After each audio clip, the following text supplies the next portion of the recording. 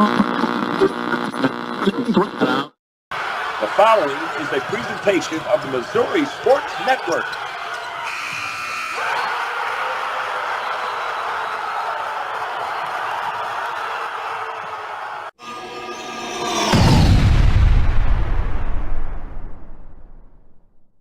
Certainly glad you tuned in, and as always, the Missouri State Highway Patrol reminds us to take that 3 seconds and buckle up. It's 3 seconds that could save your life.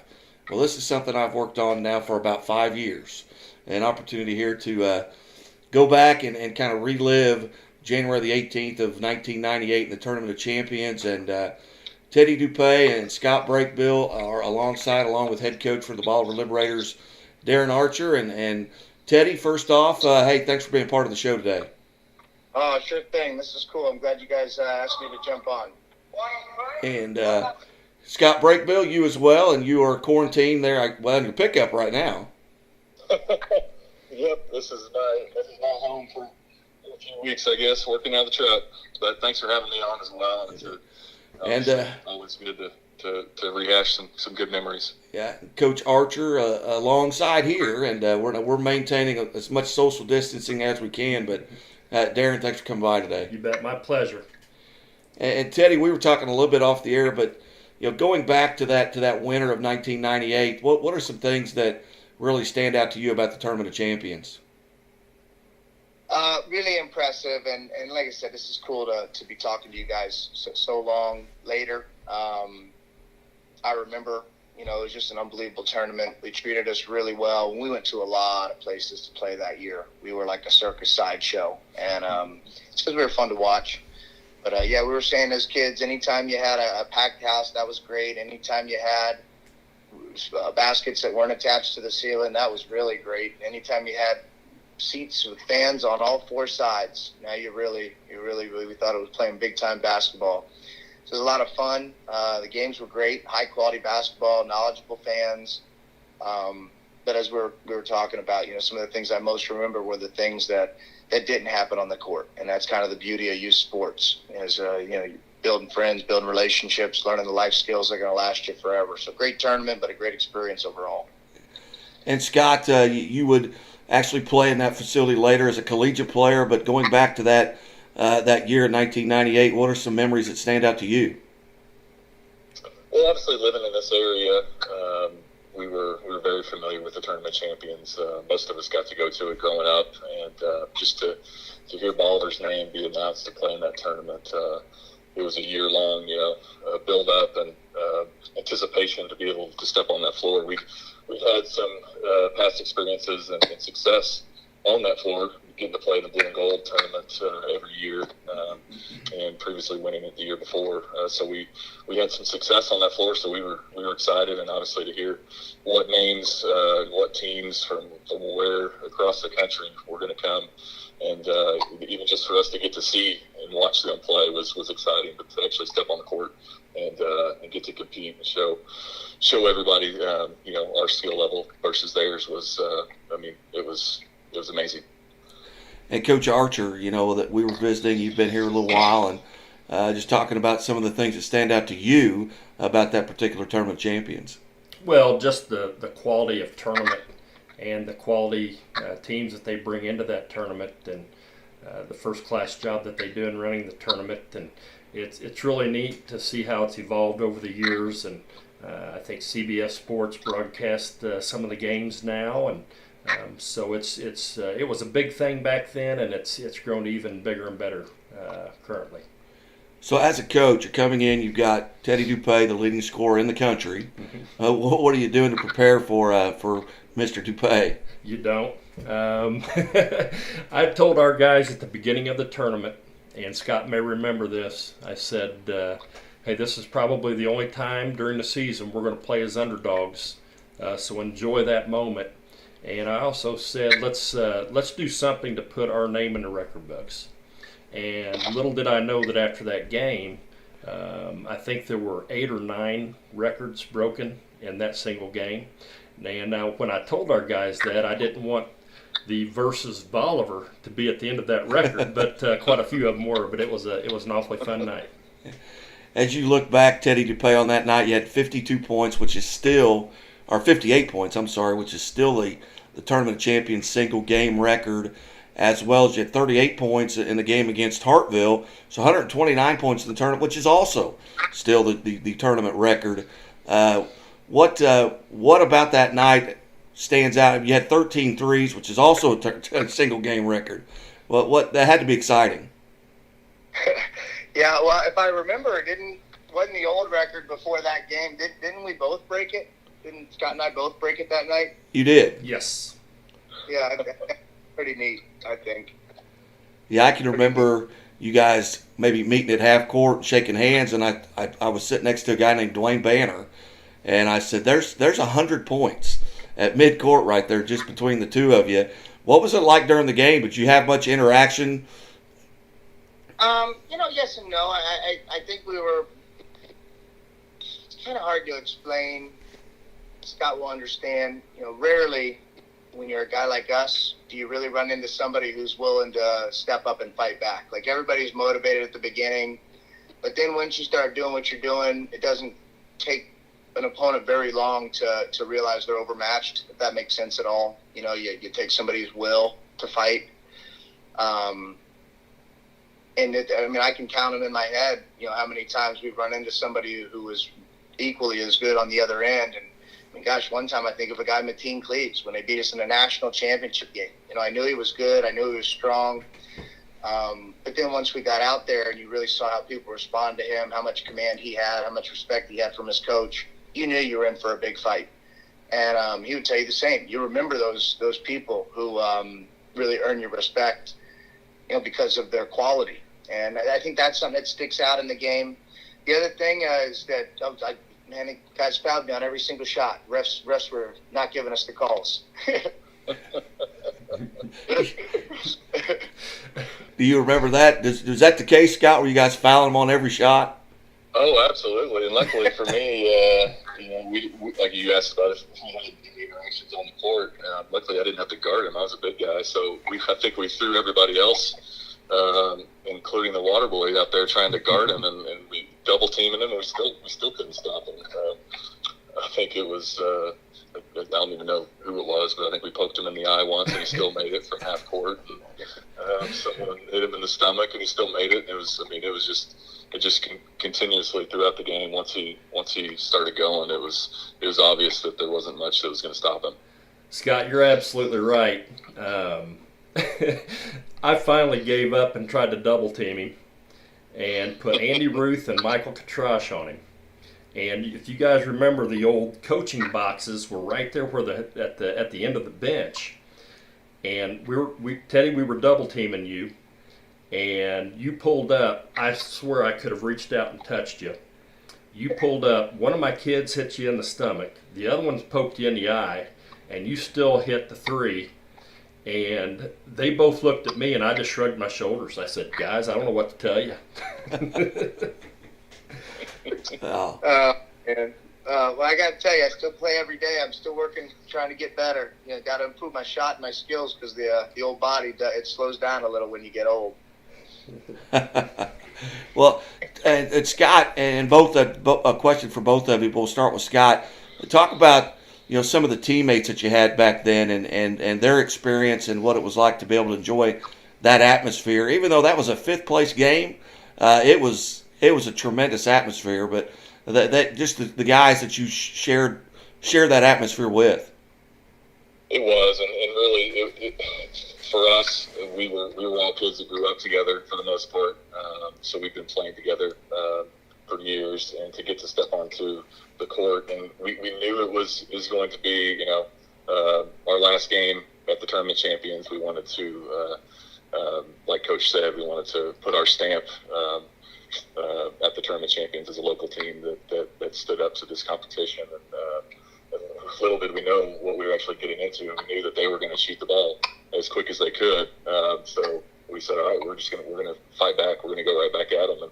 And no matter how many shots they made on the other end, we went just as fast, pushing it back the other end, and nobody backed down. I mean, from Coach mentioned, Andy and Mike were the younger starters on the team, and then other seniors, Jason Smith, who was an all-tournament team selection that year as well, who I think he was just short of 30 points in that game, and people rarely mention his name, but he was on fire as well, making plenty of shots. And then of course my best friend since day one was John Hacker, and he was the guy who we kind of came out there and assigned him to Teddy, I think, off the start, because he was a physical guard.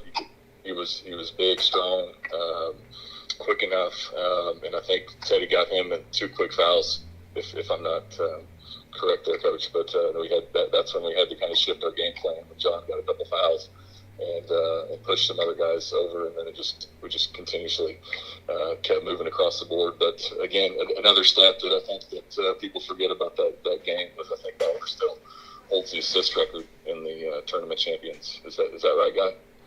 Yeah, Yes. that's right. Yep. Yeah, so that says a lot to our team and how unselfish these guys were and motivated, and the way we moved the ball. Obviously, it ended up in my hands quite a bit. I don't know, either because I wasn't being guarded, or just the guys knew that I was getting hot as well, and just fight back. But yeah, it was. I mean, it's a memory that passes down to my kids now, and I'm very proud and honored to be mentioned every year when this tournament comes around. And what is it, 22 years ago? And I think when people ask me how many points I scored, I think it's up to like 80 now. So by the time I'm 80 years old, I think I probably would have scored about 85, and Teddy probably would have scored 100 if memory serves me correctly. Well, Teddy, you had some standout members of your team. Noah West, who did not play in the Friday night game against Hartville, which helped put you in the 5th place game there, and then Ernest Grant, who was also on that team. But it had to be a tremendous experience with them as well. Oh, yeah, we had a really cool group of guys. It's funny, at our school all 4 years, my freshman year and sophomore year, we had 8 Division I players on the squad. And then my junior and senior year, all the big guys were gone, and, it was me, Ernest, and Noel primarily. Noel, who was just incredible. He doesn't play on Friday night, 7-day Adventist. And that hurt us throughout the season. I think we lost 5 games, and I want to say 5 of them were on Friday nights. So he's very important to our squad. Ernest, obviously, best athlete I've ever been around. Nobody like him, and the best man. He, when I went to Florida, I wore 24 in high school. When I went to Florida, there was a guy with 24. So I was first going to try and talk him into giving it to me, but then I changed my mind, and I wore number 5 all my times at Florida. And then even in the pros, I wore number 5 in honor of Ernest. That was his number. So, he was my best friend. We were dorm mates in college, and very, very close. I talked to him yesterday. So, yeah, I mean, when you're playing, it's cool about high school. You're playing with friends, and then you're going to spend all that time off the court. All the things that make a team good, you automatically do that when you're in high school. But, yeah, it was a lot of fun, and we as a team, we were ultra small, so we played, try to play very aggressive in the passing lanes, really push up. We knew in a half-court setting, even if we stopped somebody, we weren't probably going to get the rebound anyway.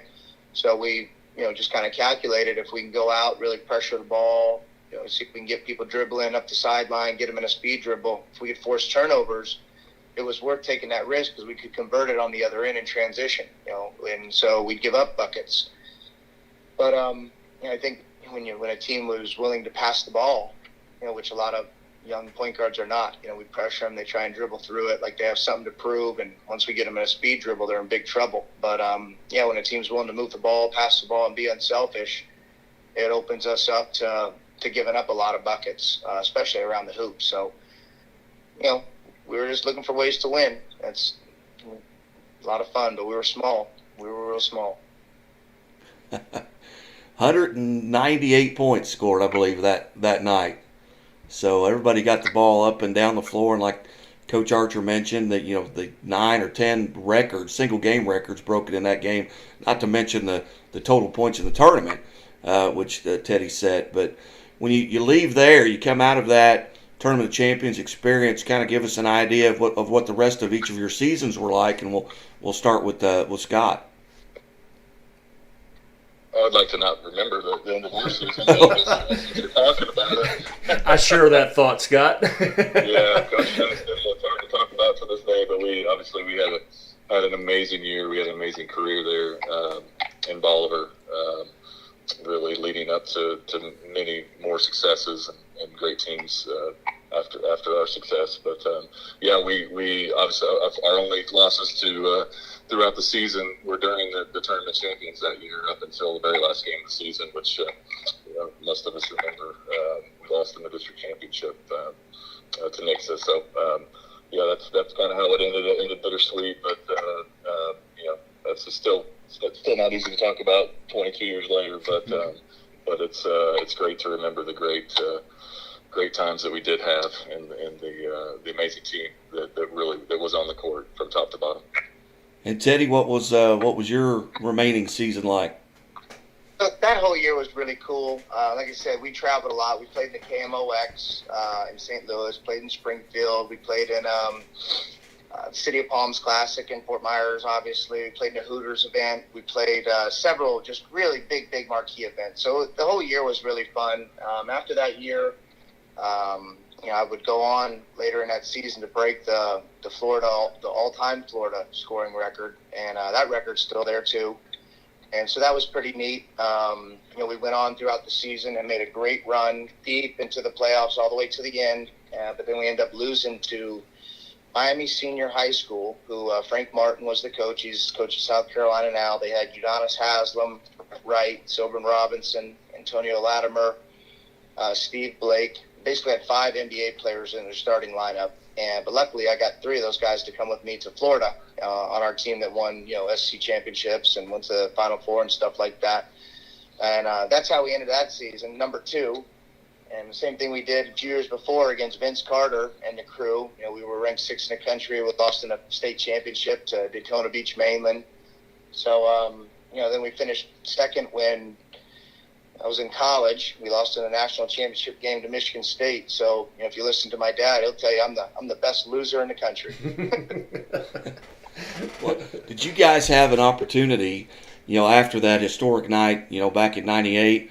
Did you ever have another opportunity to meet, or did you kind of follow each other's careers a little bit? Because I know, Scott, you had an opportunity to play in the Sweet 16, and Teddy, you were talking about your postseason at the college level. Did you guys maybe pay attention a little bit? Absolutely, yeah. I still recall to this day when we did meet after the game or during the all-tournament team announcements. Teddy was like, "Hey, I'll see you in the NCAA tournament," because we kind of both knew at that time we both had an opportunity to be there, and we did. Little did we know, a year later we were able to play in the big stage at Missouri State and get to the tournament and play against Wisconsin, Tennessee, and then Duke in the Sweet 16. And then I think it was the year after, the year beyond that is whenever Teddy would get to the championship game at Florida. But yeah, definitely followed him just as close as any other players. That it's just kind of the thing that you do after you play against someone is gonna shine on the big stage. It's neat to turn around and watch them and see how they do, and then again 20 years later, I've got 2 boys that are asking me, "Hey, who'd you play against? Anybody in the NBA?" And then that list goes down, and Teddy's name's always on there as well, because that's a big name down here and across the country that people will always reflect back on, especially during these times when we don't have an NCAA tournament. It's a great time to reflect and look back on those games and relive them. Teddy, same question there. You have an opportunity there maybe to kind of follow along a little bit. I know you were busy as well. Oh yeah. You always follow the guys you play against, and like Scott said, when you get good enough, and that's always the key. People ask me, "What's the key to getting a scholarship?" It's be good enough. Those guys get paid millions of dollars to find the best players. It's not about exposure and that kind of stuff. If you're good enough, they're going to find you. But when you play against guys that earn your respect, you'll see them later. And, you always want the guys you play against to do well. It's kind of like if you're rooting for XYZ team and they lose in the Sweet 16, you kind of want that team that beat you to go all the way. It makes you feel like you lost to a winner. It gives it a little, makes you feel better about yourself. And Then obviously we've been able to jump on the calls here, a handful of times over, 20 years. But yeah, during the Bass Pro out there, we've had these calls, and when you look back on it, it's a little easier to talk about yourself now that it was just so long ago. When you're coming up, you always want to be humble and you want to deflect. But when you look back on what we did, people are still talking about it. Those records are there, and at the end of the day, you brought a lot of happiness and joy to people by playing the game of basketball, and to have, person way out there talking to their kids about me way over here, down here is I mean, I'll tell you, it's pretty flattering and pretty neat. It's really, really cool. Well, it's still the game that we've talked about around this area and the tournament champions more than any other. And Coach Archer, maybe the only time in the history of basketball that a coach walks off to a standing ovation after giving up 103 points. Yes. Yeah, that was the most amazing thing was there were two teams out there just battling everything they had, especially after playing two previous nights and pretty contested games. But to walk off that floor after the game to a standing ovation in a fifth place game was pretty amazing. And Teddy, I've got a question for you, just for the record and for my own personal well-being. Didn't you score over 60 points like a week or two after you hit 58 on us? Oh yeah, I hit. We all the time really. I had 70 in one of the playoff games. We had games. I remember the first game of the year. I had the first 7 plays of the second half, 7 for 7, 7 threes, and I had 55 points with 5 minutes to go in the third quarter. And coach pulled me out. He's like, "It's a long season." So, he was not, leave me in at all costs. I averaged 42 for the season, but there were a lot of games where I didn't play the fourth quarter and we were beating teams bad, and he'd take me out. So, our offense was designed to let it fly. Yeah. And, we put the time in, we put the work in, and I practiced as much or more as anybody possibly could. There's only so much time in the day, and I took a lot of pride in that. But with that said, I see 100% of the coaches now, even with people doing it in the league, they really limit what kids can do. And our coach was pretty open to, the best shot we could get is one that I took, and that was a good offensive plan. We slow it down and we start running plays, double teams and triple teams actually become, a real deterrent to shoot. There's better shots. But if you're in transition most of the time, and even if 2 or 3 guys are guarding you and they're backing up, or they're forced to pick you up at half court, that gives me a lot more room to maneuver around them and get to my spots. So, by just playing the style of play that was beneficial for us. And then 3 years later, you had a good exchange student, a couple 6'8" guys, pretty good heady guards that couldn't shoot. And they still played fast. They still pushed the ball. But he was able to adjust his coaching style for the pieces that he had. And the pieces he had with me were to let us loose, and I really am thankful for that. Because I don't think I'm so small that had he not done that, and been that humble and open as a coach, who knows if I would have got the looks? Because when you look at me, you wouldn't think, hey, let's give this guy a chance for at the next level. He had to let me show my stuff, and so that is something that I do not overlook, and I didn't then either, and it's really changed my life. So, Coach, what I take from that answer, just to clarify, is we helped just a hair over his average, so that's pretty good defense in that. After all these years, I can finally rest easy at night.